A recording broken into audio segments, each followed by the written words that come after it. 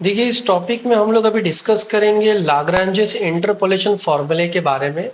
मेरा नाम है प्रोफेसर मोहसिन खान और मैं अभी आप लोग को यहाँ पर बताने चाहूँगा कि किस तरह से हम ये वाला मेथड का इस्तेमाल करके इसको सॉल्व कर सकते हैं। तो जैसा कि आप देख सकते हैं कि मैंने यहाँ पर फॉर्मूला भी लिख के रख दिया है और बहुत आसान है इसे सॉल्व करना। बाकी मेथड से ये ज़्यादा आसान है, तो मैं जल्दी से सॉल्व करना स्टार्ट कर देता हूँ। देखिए, सबसे पहले जो आपको दिया हुआ है आप उसी को वापस से उतार लीजिएगा।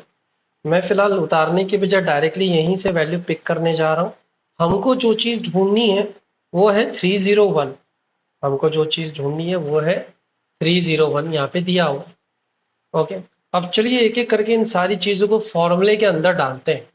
तो मैं यहीं पर फॉर्मूले के अंदर डालना स्टार्ट कर रहा हूँ। तो सबसे पहले तो भाई ये रहा आपका y of x is equal to, आपकी ये x है क्या? तो भाई x जैसा मैंने बताया ना, आपके सामने दिया है, ये देखिए 301। तो इसको सब्स्टिट्यूट कर दीजिए, 301 माइनस x1 की वैल्यू क्या रहने वाली है? तो भाई x1 की वैल्यू देखो, ये है आपका x0, x1, x2 and x3। उसी तरीके से ये आपका हो जाएगा भाई दूसरा वाला वैल्यू। तो ठीक है, तो एक एक करके चलिए सब्स्टिट्यूट करते हैं। तो सर यहाँ पर आ जाएगा 304 डिवाइडेड बाय, और एक यहाँ पर मुझे आपके लिए थोड़ा सा इस फॉर्मूले को नॉर्मलाइज कर देना चाहिए, वरना आप लोग और कंफ्यूज हो जाओगे। पहले मैं नॉर्मलाइज कर देता हूँ फॉर्मूले को, क्योंकि हमारे यहाँ पर ये 3 टोटल जा रहे हैं, यानी कि टोटल 4 कॉलम्स है, सॉरी 4 रोज है। तो उस बेसिस पे ही हम चलेंगे तो बेहतर रहेगा। तो यहाँ पर मैं इंस्टेड ऑफ ये y ऑफ x या f ऑफ x ले लेते, और यहाँ पे हम बोलते हैं x माइनस x1। इसका थोड़ा मैं वक्त बचाता हूँ आप लोग। तो ये मैंने फॉर्मूला लिख दिया लाग्रांजेस का। अब बस इसके अंदर हम वैल्यू सब्स्टिट्यूट करना स्टार्ट कर देते हैं, क्योंकि हम लोग को ढूंढना है y ऑफ 301। x1 हो जाएगा आपका 304, ठीक है। फिर उसके बाजू में आ जाएगा आपका 301, फिर आ जाएगा आपका ये माइनस x2, यानी कि आपका हो जाएगा 305। ओके, फिर उसी तरीके से आपका हो जाएगा 301 माइनस 307। डिवाइड करके हम वही सेम चीज़ यहाँ पर नोट डाउन करेंगे। यहाँ पर भी मैं थोड़ा सा वक्त बचाता हूँ। फॉर्मूले में सब्स्टिट्यूट करने के बाद हमें सब्स्टिट्यूट कर दिया है। x0 माने 300, x1 का मतलब 304, x2 का मतलब 305 और x3 का मतलब 307, और अकेला x लिखा रहेगा तो मतलब 301 डालना है।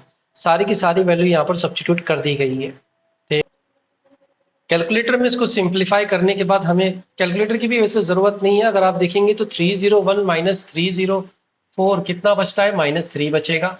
सिमिलरली 301 माइनस 305 -4 बचेगा। 301 माइनस 307 -6 बचेगा।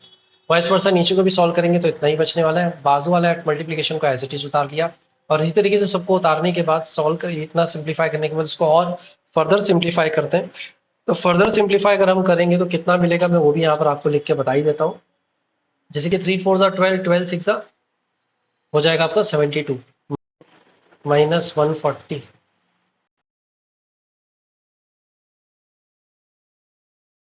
771। ओके, इस तरीके से। तो फर्दर कुछ इस तरह की वैल्यू आपको दिखाई देगी। आगे मुझे क्या मिलेगा अगर इसको और फर्दर। सो फाइनली अगर मैं कैलकुलेटर में पूरा आंसर अगर सॉल्व करके अगर आपको बताऊं तो हमारा जो फाइनल आंसर आएगा वो हो जाएगा हमारा 2.4786। ओके, ये जो हमको वैल्यू आई है ये हमारी फाइनल वैल्यू है, और यही हमारा आंसर है, सोल्यूशन है हमारे पॉलिनोमियल का फॉर्मूले की मदद से हमको ये आंसर मिलेगा। तो आप देख